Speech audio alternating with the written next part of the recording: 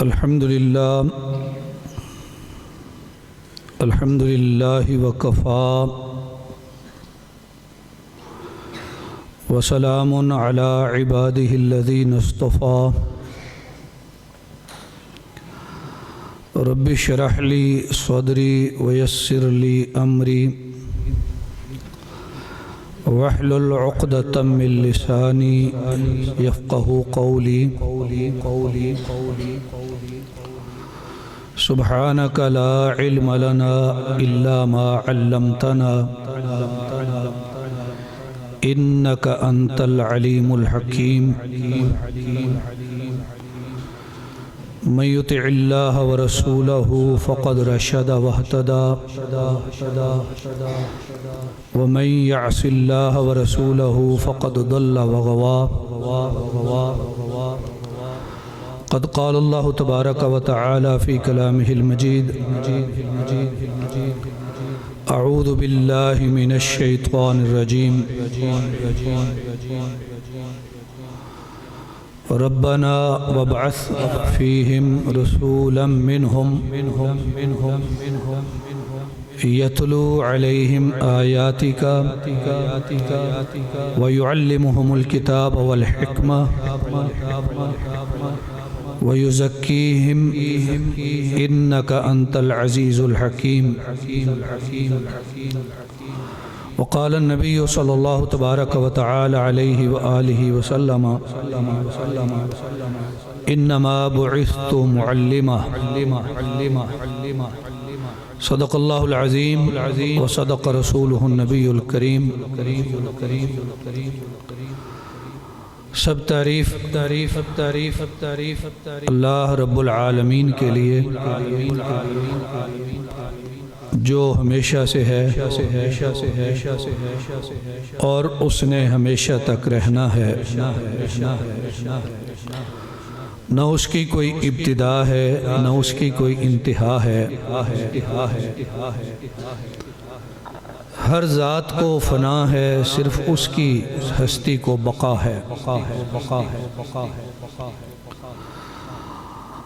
اللہ تبارک و تعالیٰ کی طرف سے درود و سلام کا نزول تمام انبیاء و رسول پر، بالخصوص نبی آخر الزمان امام الانبیاء حضرت محمد مصطفیٰ صلی اللہ تبارک و تعالی علیہ وآلہ وسلم کی ذات گرامی پر اللہ تبارک و تعالیٰ کی طرف سے رضوان کا نزول صحابہ اکرام رضوان اللہ علیہ مجمعین پر اور رحمتوں برکتوں کا نزول علماء کرام ائمہ حدیث پر۔ حضرات گرامی، ایک لمبے عرصے کے بعد مجھے آپ کے اس ادارہ میں بیان کے لیے حاضری کا موقع ملا۔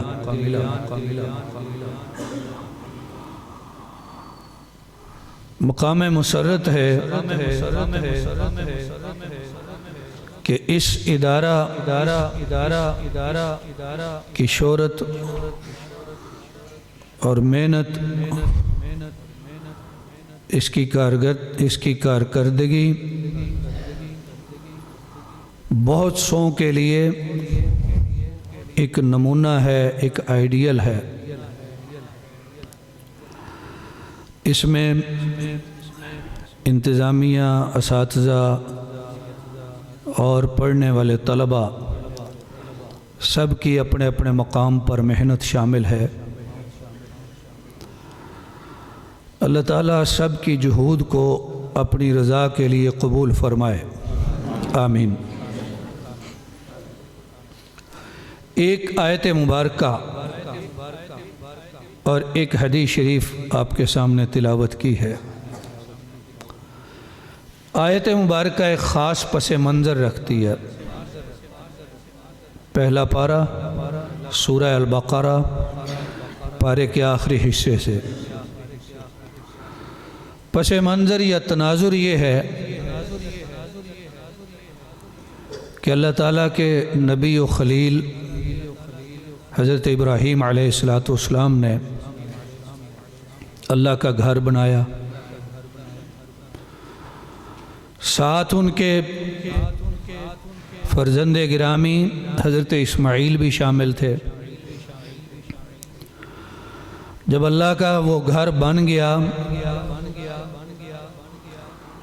تو حضرت ابراہیم علیہ السلام نے چند دعائیں فرمائی۔ اس سے یہ بات معلوم ہوتی ہے کہ انسان جیسا بھی عمل صالح کرے اپنے ذہن میں کبھی تکبر اور بڑائی نہ لائے، بلکہ فوراً عاجزی کرے اور اپنے پروردگار سے اس کے قبول ہونے کی دعا بھی کرے، جیسا کہ حضرت ابراہیم علیہ السلام نے بلکہ دعائیں فرمائی۔ پھر حضرت ابراہیم علیہ السلام کی جو دعائیں یہاں پہ ہیں یا دیگر مقامات پہ اسی تناظر میں، ان دعاؤں سے معلوم ہوتا ہے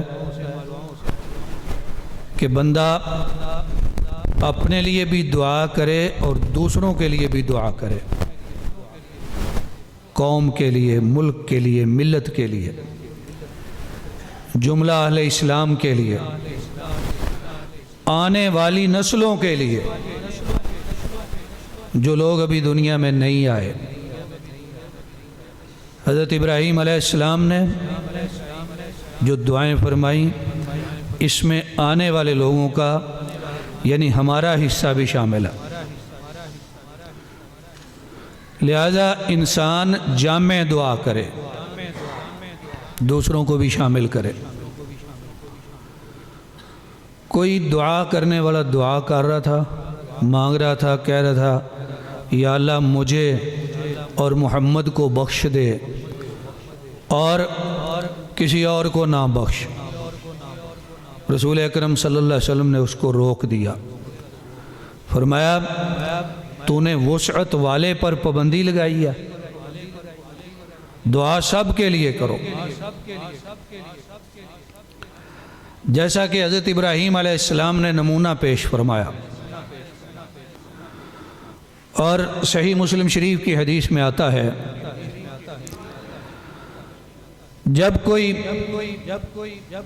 بندہ مومن دوسروں کے لیے بھی دعا کرتا ہے، غائبانہ، وہ موجود نہیں ہے، اللہ تبارک و تعالی اس کے لیے ایک فرشتہ مقرر فرماتے ہیں، وہ جو دعا کرتا ہے فرشتہ ساتھ کہتا ہے اللہ تجھے بھی دے۔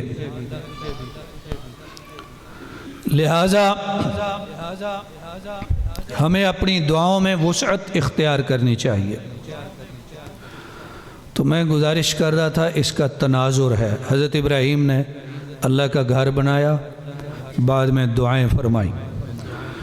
دعاؤں میں سے ایک دعا یہ ہے اے اللہ میری اولاد میں ایک امت مسلمہ پیدا کر دے اور ان میں ایک رسول مبعوث فرما دے، جو رسول انہیں تیری آیات پڑھ کے سنائے، تلاوت کرے اور انہیں کتاب اور حکمت کی تعلیم دے اور ان کا تزکیہ کرے، انہیں گناہوں سے پاک کرے، پاکیزگی کے رستے عطا کرے۔ اس میں لفظ آیا یعلمہم، وہ انہیں تعلیم دے، وہ سکھائے، یہ فعل ہے۔ اور جو حدیث شریف میں نے آپ کے سامنے تلاوت کی، اللہ کے پاک نبی نے ارشاد فرمایا انما بعثت معلما، مجھے معلم بنا کے بھیجا گیا، یہ اسی باب سے اسم فاعل ہے۔ دعا حضرت ابراہیم نے یہ فرمائی یا اللہ وہ نبی لوگوں کو سکھائے، یعلم، سکھائے، سکھانے والے کو معلم کہتے ہیں، سیکھنے والا متعلم ہے، طالب علم۔ اگر ہم قرآن پاک سے ہی پوچھ لیں کہ معلمی کا شعبہ یا منصب کتنا عظیم ہے، تو قرآن ہمیں جواب دیتا ہے کہ یہ بڑا عظیم منصب ہے۔ اس لیے کہ اس منصب کے لیے اللہ تبارک و تعالی نے اپنا حوالہ بھی ارشاد فرمایا۔ فرمایا بسم اللہ الرحمن الرحیم، الرحمن علم القرآن، قرآن سکھانے والا ہے رحمان۔ لہذا جو استاد قرآن پڑھاتے ہیں بہت بڑے منصب پر ہیں، معلمی کا منصب اور پیشہ بہت بڑا ہے۔ اگر سمجھنے والے اپنے منصب کو سمجھ سکیں،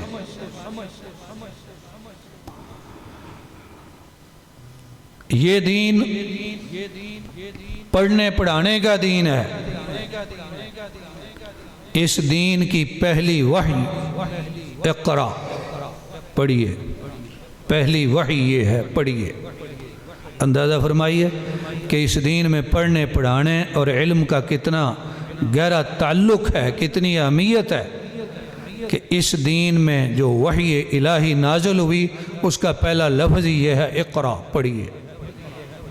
اقرا بسم ربک الذی خلق، خلق الانسان من علق، اقرا وربک الاکرم الذی علم بالقلم، علم الانسان ما لم یعلم۔ اس پہلی وحی میں 2 دفعہ علمہ کا لفظ آیا ہے جو فعل ماضی ہے، اور اس علمہ کا فاعل اللہ کریم کی ذات ہے۔ پہلی وحی میں ہی بتا دیا کہ کائنات میں سب سے بڑے معلم خود اللہ کریم ہے۔ لہٰذا میں نے گزارش کی کہ معلم کا پیشہ اور منصب بہت بڑا ہے، بڑا عظیم منصب ہے معلم کا منصب۔ رحمان نے قرآن سکھایا۔ حضرت ابراہیم علیہ السلام دعا فرما گئے کہ اللہ ایسا نبی بھیج دے یعلمہم الکتاب والحکمہ، جو کتاب اور حکمت سکھائے۔ کتاب کیا ہے؟ قرآن پاک۔ اہل علم نے اس کی تفسیر یہ بھی کی الاحکام المکتوبہ علیہم، جو احکام لوگوں پہ فرض کیے گئے، لازم کیے گئے، نبی ان احکام کی انسانوں کو تعلیم دے گا، والحکمہ، اور حکمت کی تعلیم دے گا۔ حکمت کیا ہوتی ہے؟ حکمت کا ایک معنی ہے دانائی، اچھی بات، پیاری بات۔ حکمت کا ایک معنی ہے مختصر بات کی وضاحت کرنا۔ کتاب احکمت آیاتہ، مختصر بات، ثم فصلت من لدن حکیم خبیر۔ اس کتاب کی آیتوں میں حکمت بھری ہوئی ہے۔ حضرت ابراہیم علیہ السلام نے دعا فرمائی، یا اللہ وہ نبی کتاب سکھائے گا اور حکمت سکھائے گا۔ جیسے علم سکھانے کی نسبت اللہ نے اپنی طرف کی، کائنات میں سب سے بڑے معلم خود اللہ کریم ہے، اسی طرح حکمت کے عطا کی نسبت بھی اللہ کریم نے خود اپنی طرف کی۔ فرمایا یؤتی الحکمت من یشاء ومن یؤت الحکمت فقد اوتی خیرا کثیرا۔ وہ جسے چاہتا ہے حکمت عطا فرماتا ہے، اور جسے حکمت دے دی گئی اسے خیر کثیر دے دی گئی۔ اب آیت مبارکہ کے بعد والے الفاظ پہ غور کریں۔ من یوتا بھی مجہول، فقد اوتیا بھی مجہول۔ اس کا مطلب ہے بندوں کو علم، بندوں کو حکمت دی جاتی ہے، دینے والا کون ہے؟ اللہ۔ علم بھی دیا جاتا ہے، حکمت بھی دی جاتی ہے۔ لہذا بڑے خوش نصیب ہیں وہ لوگ جو اس معاملے سے وابستہ ہیں، جس کو علم اور تعلیم اور تعلم کا معاملہ کہا جاتا ہے۔ حکمت دینے والا اللہ، علم دینے والا اللہ۔ اسی لیے تو ہمارے پیارے رسول صلی اللہ علیہ وسلم نے فرمایا کہ کسی بندے کے لیے مناسب نہیں ہے اس نے قرآن پاک یاد کیا، حفظ کیا، کچھ حصہ بھول گیا، کچھ آیات بھول گئیں، وہ کہے کہ میں بھول گیا۔ فرمایا اس طرح نہیں، بلکہ کہے کہ مجھے بھلا دیا گیا، قرآن کا حصہ بھلا دیا گیا۔ لہٰذا یہ قرآن یاد بھی اللہ کے حکم سے ہوتا ہے، بھلایا بھی ادھر سے جاتا ہے۔ اس کا مطلب یہ ہوا کہ قرآن اور قرآن کے علوم یاد کرنے میں، یاد رکھنے میں طالب علم کو اپنے رب سے تعلق مضبوط کرنا چاہیے، اس کی طرف سے یاد کرایا جاتا ہے۔ اس لیے دعائے ختم القرآن جو بعض ہمارے ہاں قرآن پاک طبع ہوتے ہیں ان کے آخر میں ہوتے ہیں، اللہم علمنی منہ ما نسیت وذکرنی منہ ما جہلت۔ اللہ جو مجھ سے بھول گیا یاد کرا دے، جس قرآن کے حصے سے میں نا آشنا ہوں اس کی مجھے آشنائی اور علم اور معرفت عطا کر دے۔ طالب علم کو اللہ سے تعلق جوڑنا ہے، اور جو استاد ہیں وہ تو ہیں ہی اللہ والے، وہ تو عظیم منصب پہ فائز ہیں، لہذا استاد کو اپنے عظیم منصب کو سمجھتے ہوئے رب سے تعلق، یا مجموعی طور پہ یہ کہنا چاہیے ہم سب کو اپنے رب سے تعلق جوڑنا چاہیے، کوئی عامی ہو یا خاص ہو۔ اس رب نے پیدا کیا، اسی نے علم عطا کیا، اسی نے حکمت عطا کی۔ حکمت کیا ہے؟ صاحب جلالین فرماتے ہیں الحکمہ العلم النافع المؤدی الی العمل۔ حکمت اس نفع والے علم کو کہتے ہیں جو انسان کو عمل تک لے جائے، عمل تک پہنچا دے۔ اس کا مطلب یہ ہوا کہ ہمارا اصل علم وہ ہے جو ہمیں عمل تک پہنچائے۔ اگر ہم عمل تک نہیں پہنچتے تو علم میں کمزوری ہے۔ حکمت وہ علم ہے کہ جو عمل تک پہنچائے، نفع والا علم جو عمل تک پہنچائے۔ اب آئیے علم کے نفع کی بات کرتے ہیں۔ ہمارے پیارے رسول جناب محمد مصطفیٰ صلی اللہ علیہ وسلم نے ارشاد فرمایا اذا مات الانسان انقطع عنہ عملہ الا من ثلاث۔ جب انسان فوت ہو جاتا ہے اس کے عمل کا سلسلہ منقطع ہو جاتا ہے، رک جاتا ہے، بندے کی زندگی رک گئی، حیات ختم ہو گئی، روح اور جسم کا تعلق کٹ گیا تو اس کے عملوں کا تعلق بھی کٹ گیا۔ بندہ گیا، اس کے عمل بھی گئے۔ الا من ثلاث، لیکن 3 عمل ایسے ہیں کہ بندہ چلا بھی جائے وہ عمل جاری رہتے ہیں، حالانکہ اس کی اس دنیا کی حیات ختم ہو گئی ہے، لیکن پھر بھی وہ عمل جاری ہیں، ان کا ثواب جاری ہے۔ من صدقۃ جاریہ، ایک ہے صدقہ جاریہ، ولد صالح یدعو لہ، نیک اولاد جو اس کے لیے دعا کرے۔ اولاد کو اگر نیک بنانا ہے، اولادوں سے اگر دعا لینی ہے تو اس طرف لائیں، ورنہ اللہ تعالیٰ معاف فرمائے بعض مواقع پہ ایسا ہوتا ہے کہ وہ جنازے میں بھی دلچسپی نہیں رکھتے، پہلے اس بات کا جھگڑا نپٹا دیا جائے کہ ہمیں کیا کیا حصہ ملے گا۔ ولد صالح یدعو لہ، ولد صالح اولاد نیک بنانی ہے تو ادھر لائیں۔ اور اس میں تیسری بات ہے علم ينتفع بہ، علم جس سے نفع اٹھایا جائے،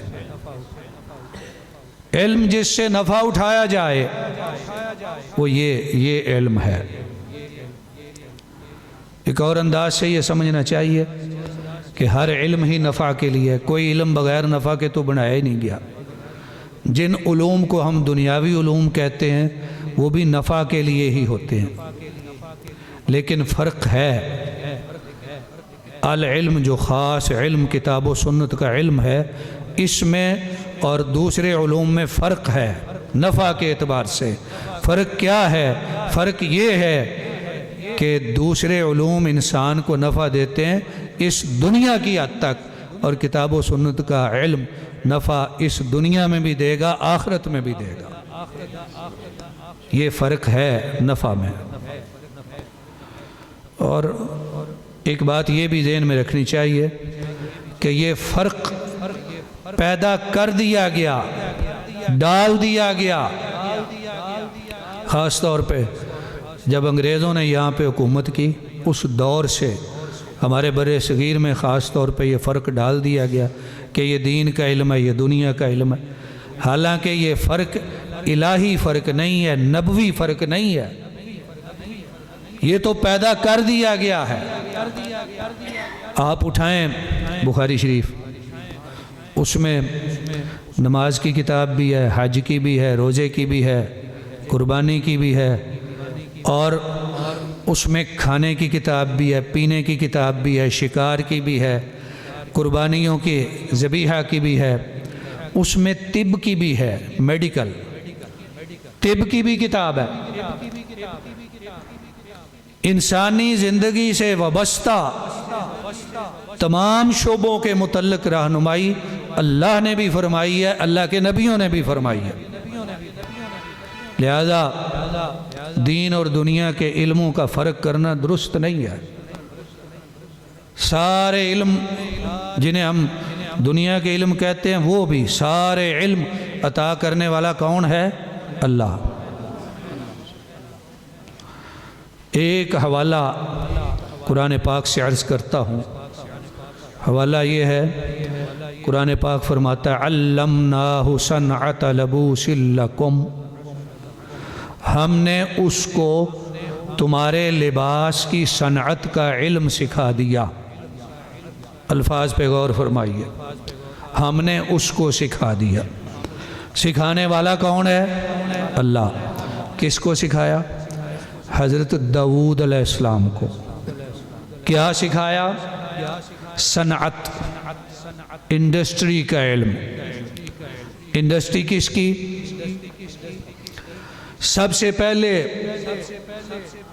جو باقاعدہ اور جامع لوہے کی انڈسٹری اس دنیا میں قائم ہوئی، وہ اللہ کے نبی حضرت داؤد نے قائم کی، اور اس انڈسٹری کے بنانے اور چلانے کا علم حضرت داؤد علیہ السلام کو، یعنی اپنے نبی کو خود اللہ نے عطا فرمایا۔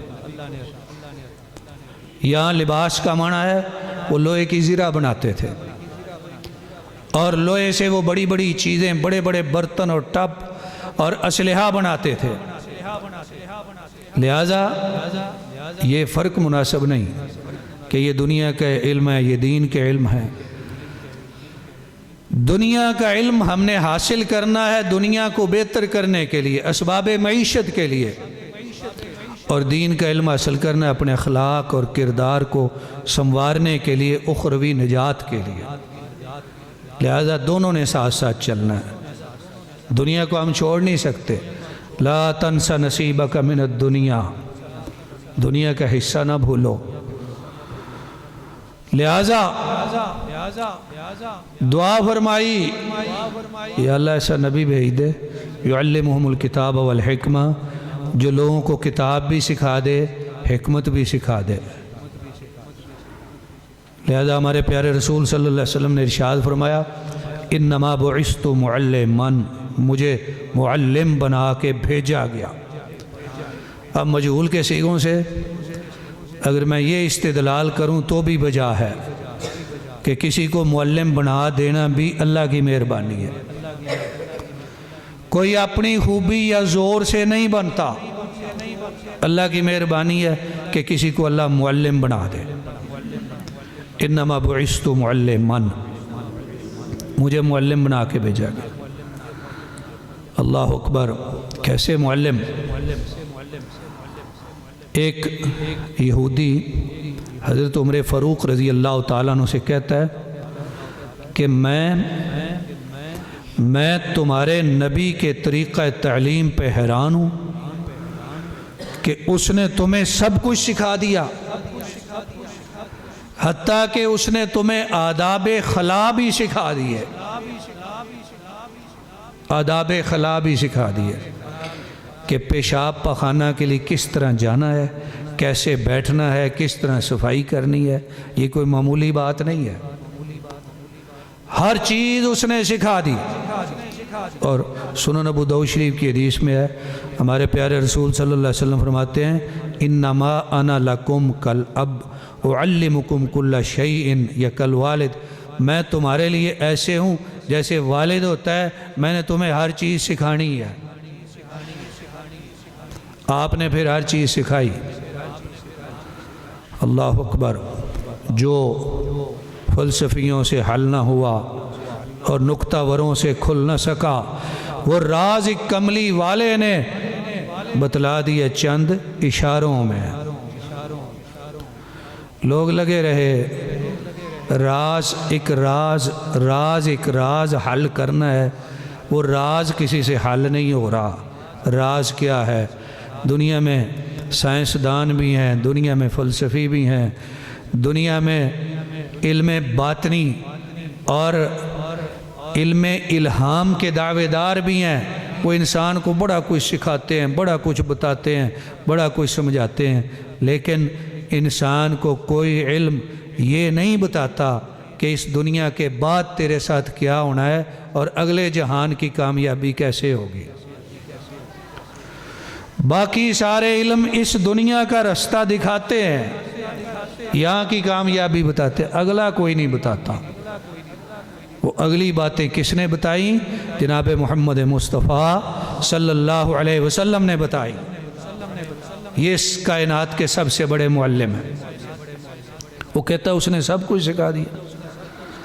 اور اگر ہم تاریخ کا مطالعہ کریں تو پتہ چلتا ہے کہ یورپ پہ ایک دور ظلمات آیا ہے، ڈارک ایجز، اندھیروں کا دور، اندھیروں کا دور، اخلاق، کردار، علم اور عمل کا اندھیرا۔ ان کی آبادیاں بھی بڑھ رہی تھیں اور انہیں پتہ نہیں تھا کہ بڑھتی ہوئی آبادیوں میں کرنا کیا ہے۔ ان کو مکان بنانے کے آداب نہیں تھے، گلیاں بنانے کا نہیں پتہ تھا، پیشاب پخانے کے طریقے کا نہیں پتہ تھا، آداب معیشت کا نہیں پتہ تھا، آداب معاشرت کا نہیں پتہ تھا۔ اندھیروں کے اس دور میں یورپی مورخین کہتے ہیں کہ ہمیں روشنی ملی تو اپنے ملک کے کناروں سے ملی۔ وہ ملک کے کناروں سے روشنی کہاں سے آئی؟ وہ روشنی مکہ سے آئی، وہ روشنی مدینہ سے آئی۔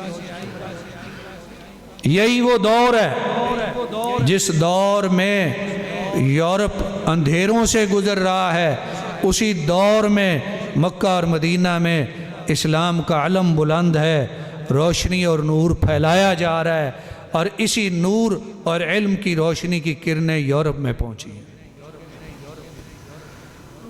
اسی نے ان کو رستہ دکھایا، اسی نے ان کو ترقی یافتہ اور تہذیب یافتہ بنایا۔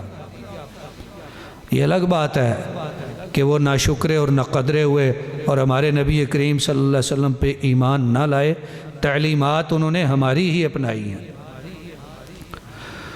لہذا یعلمہم الکتاب والحکمہ انما بعثت معلما، فرمایا مجھے معلم بنا کے بھیجا گیا۔ صحابی کہتا ہے واللہ ما رأیت قط معلما احسن تعلیما منہ، اللہ کی قسم میں نے پیارے رسول صلی اللہ علیہ وسلم سے اچھا تعلیم دینے والا معلم کبھی نہیں دیکھا۔ وہ دیکھتا کیسے اللہ نے بنایا ہی نہیں۔ کئی واقعات ہیں، یہ ایک موقع پہ ایسا نہیں ہوا کہنے والے نے جو کہا ہے۔ ان میں سے ایک موقع ہی ہے، ایک بندہ آ گیا، اس نے مسجد کے اندر آ کے پیشاب کر دیا۔ لوگ اس کو ڈانٹنے لگے، جھڑکنے لگے۔ ہمارے پیارے رسول صلی اللہ علیہ وسلم نے فرمایا چھوڑ دو اس کو، چھوڑ دو۔ چھوڑ دیا گیا۔ فرمایا میرے پاس آؤ۔ پاس آیا، فرمایا سنو، یہ جو مسجدیں ہوتی ہیں یہ نماز کی جگہ ہیں، عبادت کی جگہ ہیں، نیکی کی جگہ ہیں، یہاں پیشاب پخانہ کرنا روا نہیں، درست نہیں۔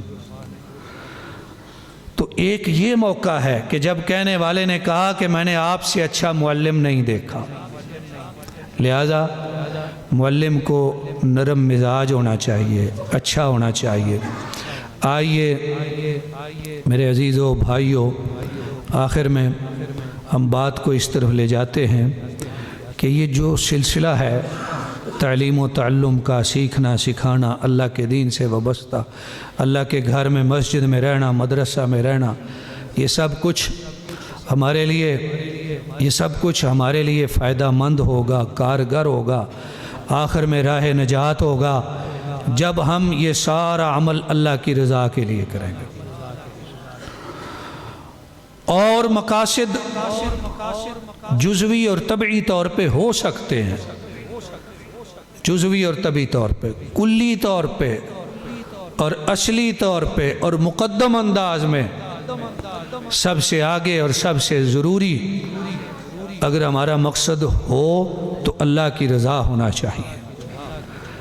اللہ کی رضا ہوگی تو ہمارا سب کچھ قبول ہے، سب کچھ نفع مند ہے۔ طالب علم کا بیٹھنا بھی، لیٹنا بھی، چلنا بھی، پھرنا بھی باعث اجر و ثواب بنتا ہے۔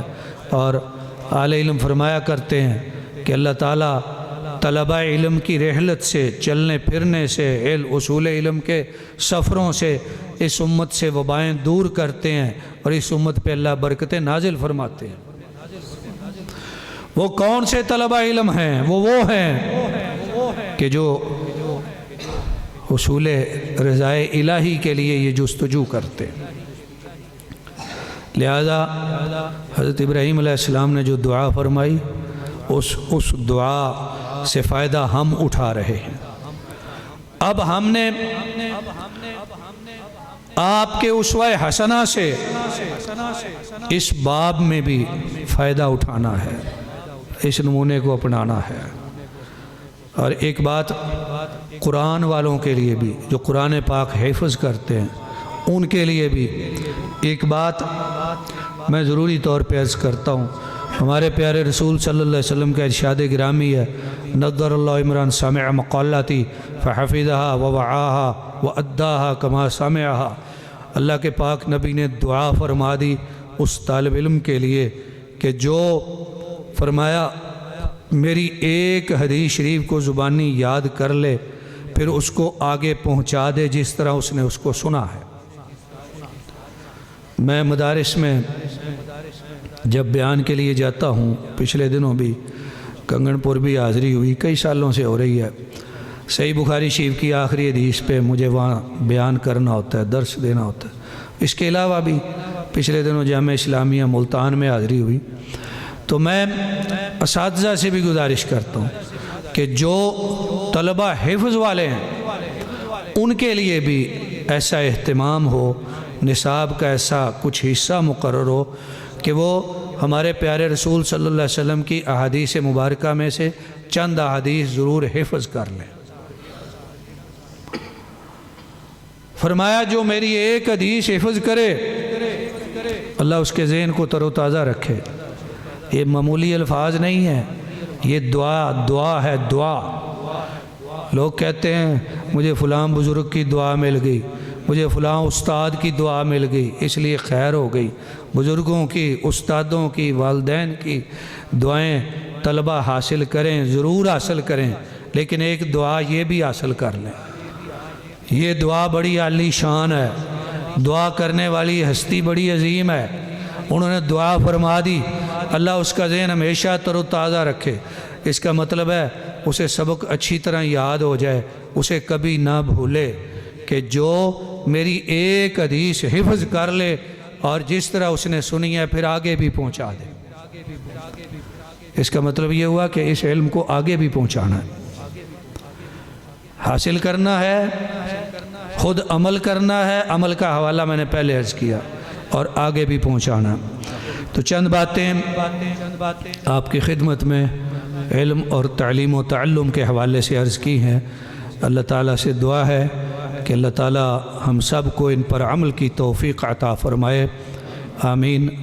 میں شکر گزار ہوں جناب قاری عطاء الرحمن صاحب کا، جناب قاری ریاض عزیزی صاحب کا، کہ انہوں نے حکم فرمایا، آپ کے سامنے میں حاضر ہوا، اور جناب قاری اشفاق حماد صاحب جو ناظم ہیں مرکزی جمعیت اہل حدیث تحصیل فروزوالہ کے، وہ بھی عذرائے محبت آج کی اس نشست میں تشریف لائے، اور جو بھی علماء، طلباء، آپ ساتھی، سننے والے، اللہ تعالیٰ اپنے اس پیارے گھر میں ہم سب کی حاضری قبول فرمائے۔